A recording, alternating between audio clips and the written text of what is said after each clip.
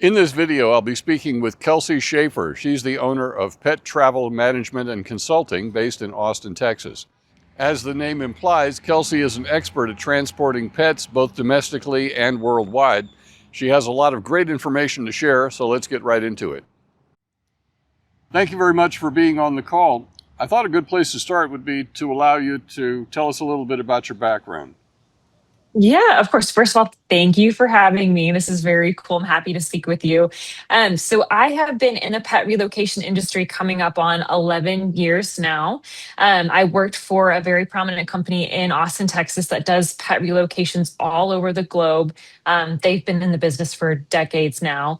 And then in 2024, I branched out and went on my own. So I am owner operator of Pet Travel Management and Consulting. So if you do reach out to me, you get to work with me from start to finish. And I get to meet the coolest people in the world, I think. Just people that are relocating are just so full of life. So just like very well organized, very interesting people. I'm inclined to agree. Now, the name Pet Travel Management and Consulting says it all, but can you provide some detail about the service you provide? Yeah. So I do. I also have I'm a certified project management professional. So with my company, you get that layer of project management that I think is just a nice to have when we talk about a big international relocation, because at the end of the day, that is a hardcore project for any one person to take on. So I partner with companies that are in your origin city or in your destination city to facilitate the whole pet relocation from start to finish. The umbrella agency that I partner with is called IPATA, International Pet and Animal Transport Association folks. So these agents are, of course, in San Jose, they're in Miami, Florida, they're in Madrid, Spain, all these, like I said, a lot of major cities across the globe are going to have an IPATA agent. So I will contract out to a partner in, let's just say, Melbourne, Australia, to help you export your pet to San Jose, Costa Rica. We will then take your pet from point A, get that health certificate exam done, get it endorsed by your state vet or your Ministry of Agriculture in your origin country. We'll then book your pet's flight. We do specialize in manifest cargo travel. Any airline that we work with is going to allow us to book as manifest cargo. Excess baggage and in-cabin kind of travel are what pet owners will book on their own, but then we can certainly assist with the paperwork because that still has to be done. But with cargo travel, then we are booking air freight, checking your pet into that flight. On the receiving end, on the destination side, we're clearing customs, obtaining any import permits on your behalf, and then we will deliver your pet to your new home, so your new doorstep in San Jose. And it's such a cool, wonderful reunion to see a pet after they've been on a 2-day trip. They don't know where they've been, but then mom or dad is waiting for them in their new home. It's an awesome feeling. I can imagine. Now, you may not have a typical client, but is it primarily retirees like myself or people moving to another country because they have a new job?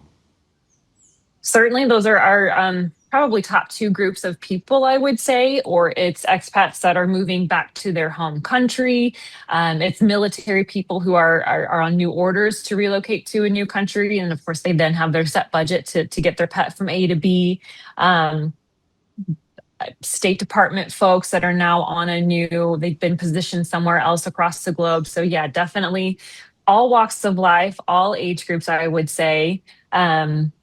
But certainly retirees and transferring for work are definitely top two groups. Now, you don't travel with the pets. Typically, they travel with their owners, but sometimes the pets and the owners travel separately. Is that correct? Right. So with two things that I want to touch on, there are services out there that I call it a flight nanny service, where I can hire an accompanied traveler to travel with your pet in cabin with them. So they'll pick your pet up from your home. Pet will travel in cabin with this person, and then they'll deliver your pet to their new home. Alternatively, there is the option, just to be cognizant of, places like Europe, the EU, that will require you to travel within 5 days of your pet if you're not on the same flight path. Otherwise, we have to do specific commercial paperwork. and the EU and the UK are the two places just to be aware of that 5-day travel rule. Now, beyond the forms and the fees and the vaccinations, is there something that pet owners can do to get themselves and their pets ready for the journey? Yeah, so I do like talking about like what's your grab and go bag first of all. So if you wanted to move to a new country in the next 30 days, or you wanted to leave your current country in the next 30 days, what are just things that you can always have current so that that might be possible? Cats or dogs, always keep them current on a rabies vaccination. Always have your vet scan and verify that their microchips are still working. Implant them with the microchip if they're not currently chipped. Now, in terms of let's just get them ready for travel, buy their kennel that they're going to be traveling in very soon on in the process so they can start that training process. Have your pet spending time in that kennel before you put them on a plane or before they're in a car for a long time in that kennel. I even encourage folks to play YouTube sounds of the airport sounds in the background while their pet is doing that training, or put the kennel and your pet in your car and run through the car wash. It kind of simulates all the sounds of takeoff and landing. So anything that pet owners can do to simulate day of travel is going to be helpful. And then really, as soon as you know you're going to be relocating to XYZ country, look up their pet import requirements, because there may be blood tests or permits or quarantine that you have to book.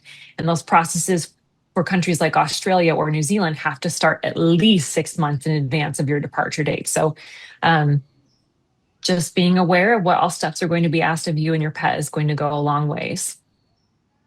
I think that's a good place to wrap up. Kelcey Shafer, thank you again for sharing your expertise. My pleasure.